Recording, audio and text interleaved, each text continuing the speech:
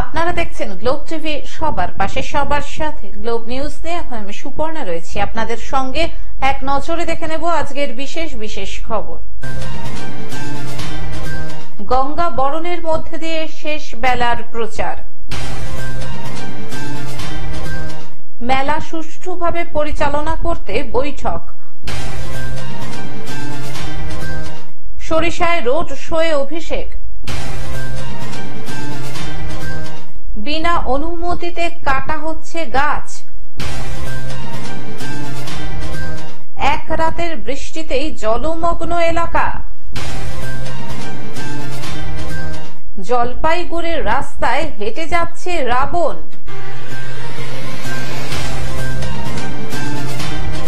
আসছে বিস্তারিত খবরে। গঙ্গা বরণের মধ্যে দিয়ে শেষ বেলার প্রচার। বসিরহাট লোকসভায় শনিবার ভোট, আর সেই ভোট প্রচারের শেষ পর্ব বৃহস্পতিবার বিকেলে।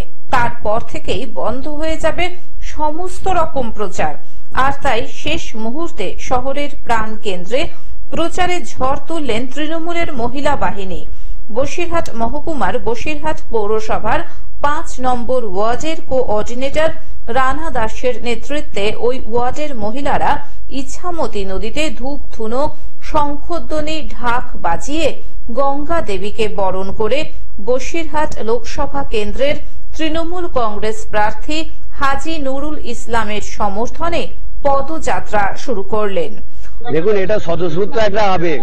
বিজেপির যে অন্যায়, বিজেপির যে অপপ্রচার, তার বিরুদ্ধে যে মহিলারা মমতা বন্দ্যোপাধ্যায়ের পাশে আছে এবং মমতা বন্দ্যোপাধ্যায়ের যে লক্ষ্মীর ভান্ডার থেকে শুরু করে মা বোনদের পাশে আছে, এর প্রতিদান দিতে মমতা বন্দ্যোপাধ্যায়ের পাশে থাকার জন্য এবং হাজী নুরুলকে জেতানোর জন্য এই আমাদের মা বোনেরা সকালবেলা স্বতঃস্ফূর্ত ভাবে বেরিয়ে পড়েছে।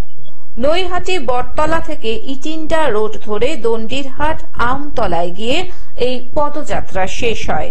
এই মিছিলে পা মেলালেন বসিরহাট পৌরসভার প্রাক্তন চেয়ারম্যান তপন সরকার সহ তৃণমূল নেতৃবৃন্দ। মিছিলে ওয়ার্ডের বহু মহিলা হাতে ফেস্টুন ব্যানার নিয়ে দীর্ঘ 4 কিলোমিটার রাস্তা হাঁটলেন।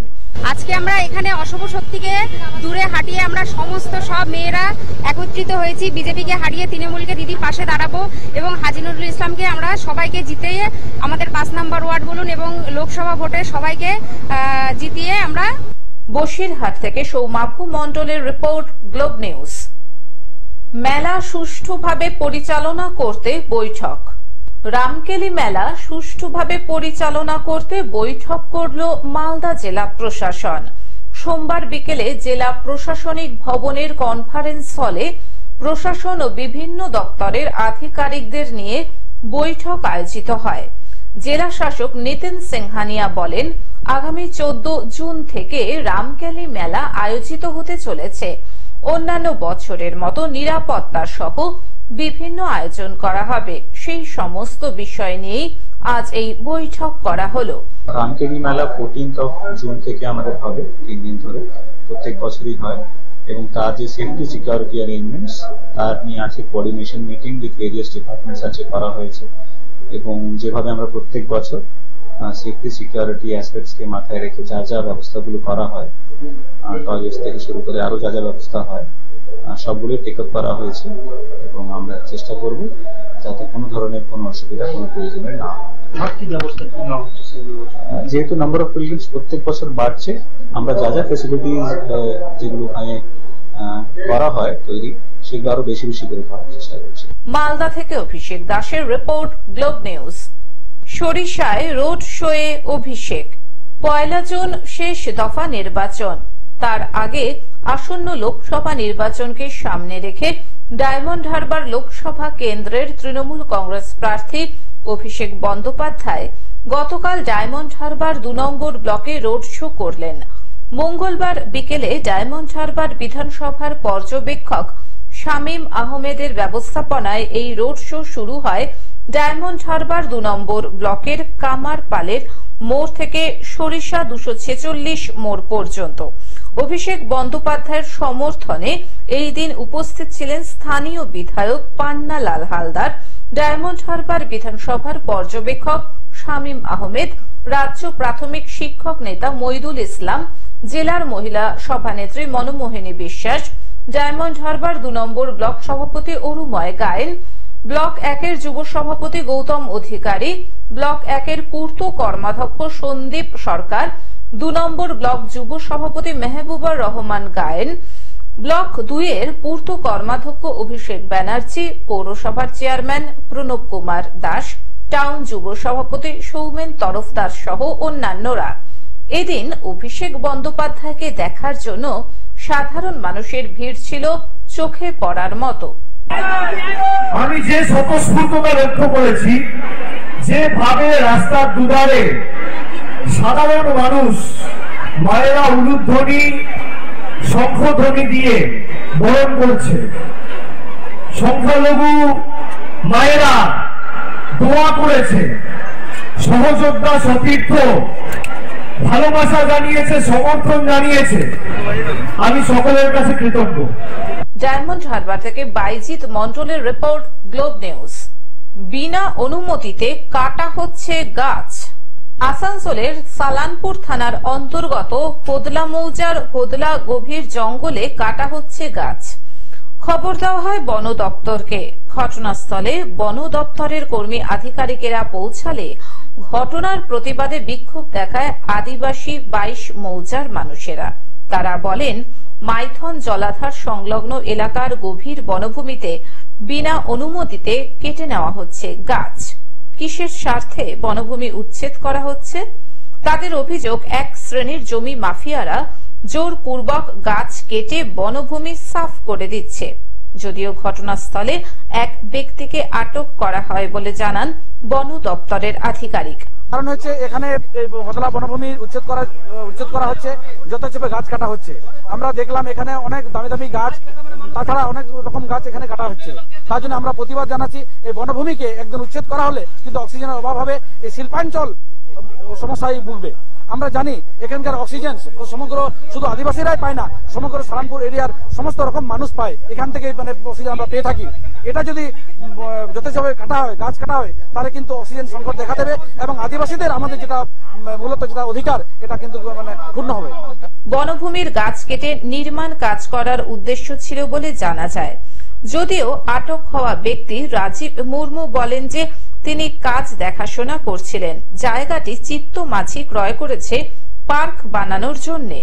কি জন্য ধরলো? এই জমিটাতে কাজ করছিল। কেন? কিসের জন্য? এটা বিক্রি হয়ে গেছিল জমিটা। মানে কারা বিক্রি করেছিল? আমাদের আদিবাসীরা উপর দিয়ে বিক্রি করেছিল, আর আমাদের নিজস্ব আছে ওই মাঠ দিকে। আমরা মানে কিসের জন্য জমিটা পরিষ্কার করা হচ্ছিল? পরিষ্কার হচ্ছিল, ওরা বলছে নাকি পার্ক হবে। কি পার্ক করে? তাহলে আজকে আপনাকে আটক করলো কেন? আপনাকে আটক করলো কেন? এবারে পারমিশন না, তারপরে গ্রামে 22 মৌজার লোককে তো কেউ জানায় না। কি করছিলেন? গাছ কাটছিলেন? ওই জঙ্গল সব কিছু। ঘটনাস্থলে বন দপ্তরের আধিকারিক সহ সালানপুর থানার কল্যাণেশ্বরী ফাঁড়ির পুলিশ এসে পৌঁছায়। তবে আদিবাসীদের দাবি, বনভূমির মধ্যে কোনো নির্মাণ কার্য করা যাবে না। বনভূমি উচ্ছেদ হলে অক্সিজেন সমস্যা হবে এবং আদিবাসীদের অধিকার ক্ষুণ্ণ করা হবে। প্রশাসন যেন যথাযথ ব্যবস্থা নেয়। একই সাথে বন দপ্তরের ভূমিকা নিয়েও প্রশ্ন তোলা হয়। তাদের দাবি, বনভূমির মধ্যে গাছ কাটা যাবে না। বন দপ্তরের আধিকারিক বলেন, আমাদের কাছে এই বিষয়ে কোনো খবর ছিল না। গভীর জঙ্গলের মাঝে বেশ কিছু গাছ কাটা হয়েছে বলে জানান। বন আইনে ব্যবস্থা নেওয়া হবে বলেও জানান তিনি।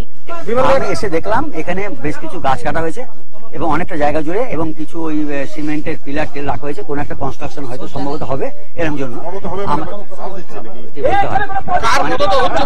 আমার কাছে কোনো খবর আপাতত নেই। আসানসোল থেকে সৌমিত্র গাঙ্গুলির রিপোর্ট, গ্লোব নিউজ। এক রাতের বৃষ্টিতেই জলমগ্ন এলাকা। এক রাতের বৃষ্টিতেই জলমগ্ন হয়ে পড়লেন সাঁকরাইল ব্লকের থানামাকুয়া গ্রাম পঞ্চায়েতের অন্তর্গত রামকৃষ্ণপল্লী এলাকার বাসিন্দারা। দুর্যোগের আগে থেকেই সতর্কবার্তা জারি করেছিল আবহাওয়া দপ্তর। সম্প্রতি রাত থেকে টানা বৃষ্টির কারণে এলাকার বেশ কিছু ঘরে জল ঢুকে পড়ে। ঘরের পরিস্থিতি চারদিকে জল, এর আগে অনেকবার বলেছি, এর আগে আপনাদের দেখিয়েছিলাম, কিন্তু কোনোই সুরা হচ্ছে না। হ্যাঁ, এই পরিস্থিতির মধ্যে এখানে থাকতে হচ্ছে। এখানে একটু বৃষ্টি হলেই জল জমে যায়। তারপর তো এইটা দুর্যোগ, এই তো অবস্থা। রান্না বান্না খাওয়া দাওয়া সব ওই রান্নাঘরে পুরো জল ফল ঢুকে সব একাকার হয়ে আছে। সব এখন বাইরে থেকে খাওয়ার দাওয়া নিয়েছে, এই খাওয়ার দাওয়া খেতে। এই তো অবস্থা, কি বলবো বলুন। দেখুন আপনারা যদি কিছু করে দেখিয়ে প্রশাসনকে যদি কিছু করতে পারে হাইলাইট করে, আর তো আমার কিছু বলার নেই। জল নিকাশি ব্যবস্থা ঠিক না থাকার কারণে এক রাতের বৃষ্টিতে গোটা পরিবার জলবন্দী হয়ে রয়েছে। পাকা বাড়ির ভিতরেও পায়ের গোড়ালির উপর পর্যন্ত জলমগ্ন। খাটের উপরে জিনিসপত্র তুলে বসে আছেন পরিবারের সদস্যরা। খাওয়া দাওয়া থেকে সবকিছুই এখন বিছানায়। এই চরম দুর্যোগের দিনে কোনো জনপ্রতিনিধি খোঁজ পর্যন্ত নিতে আসেননি বলে ক্ষোভ প্রকাশ করেন এলাকার বাসিন্দারা। বসবাস করি, ফলে জলে কোনো নিকাশি নেই, পুরো বাড়িতে সব জল ভর্তি এক হাঁটু করে।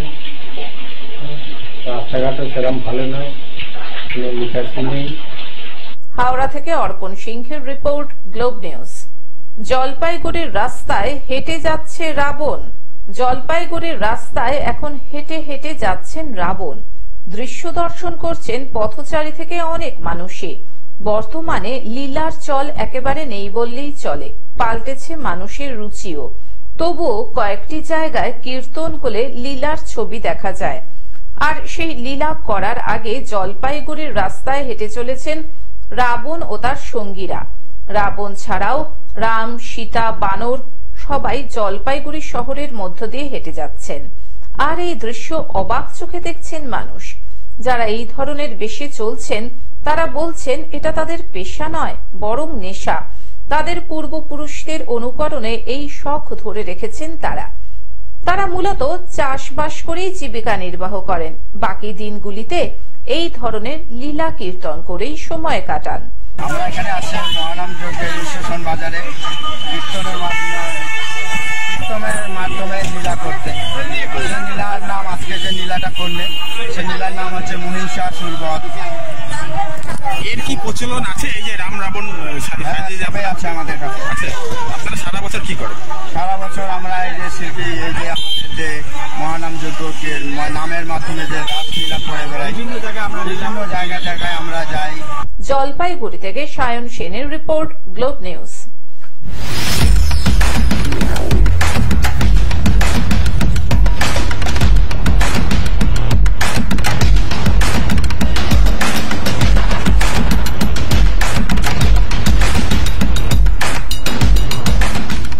এবারও 7 দফায় দেশে লোকসভা নির্বাচন। 19 এপ্রিল থেকে আগামী 1 জুন পর্যন্ত চলবে ভোট গ্রহণ পর্ব। 7ম দফার ভোট। বারাসাতে তৃণমূল কংগ্রেস প্রার্থী কাকলি ঘোষ দস্তিদার এবং বিজেপি প্রার্থী স্বপন মজুমদার, বসিরহাটে তৃণমূল কংগ্রেস প্রার্থী হাজি নুরুল ইসলাম এবং বিজেপি প্রার্থী রেখা পাত্র, ডায়মন্ড হারবারে তৃণমূল কংগ্রেস প্রার্থী অভিষেক ব্যানার্জি এবং বিজেপি প্রার্থী অভিজিৎ দাস, দমদমে তৃণমূল কংগ্রেস প্রার্থী অধ্যাপক সৌগত রায়, বিজেপি প্রার্থী শিলভদ্র দত্ত এবং সিপিআইএম প্রার্থী সুজন চক্রবর্তী, যাদবপুরে তৃণমূল কংগ্রেস প্রার্থী সায়নী ঘোষ, বিজেপি প্রার্থী ডক্টর অনির্বাণ গাঙ্গুলি এবং সিপিআইএম প্রার্থী সৃজন ভট্টাচার্য, জয়নগরে তৃণমূল কংগ্রেস প্রার্থী প্রতিমা মণ্ডল এবং বিজেপি প্রার্থী ডক্টর অশোক কান্ডারি, কলকাতা দক্ষিণ তৃণমূল কংগ্রেস প্রার্থী মালা রায়, বিজেপি প্রার্থী দেবশ্রী চৌধুরী এবং সিপিআইএম প্রার্থী সায়রা শাহ খালিদ, কলকাতা উত্তর তৃণমূল কংগ্রেস প্রার্থী সুদীপ বন্দ্যোপাধ্যায়, বিজেপি প্রার্থী ডক্টর তাপস রায় এবং কংগ্রেস প্রার্থী প্রদীপ ভট্টাচার্য, মথুরাপুর তৃণমূল কংগ্রেস প্রার্থী বাপি হালদার এবং বিজেপি প্রার্থী অশোক পুরকাইত।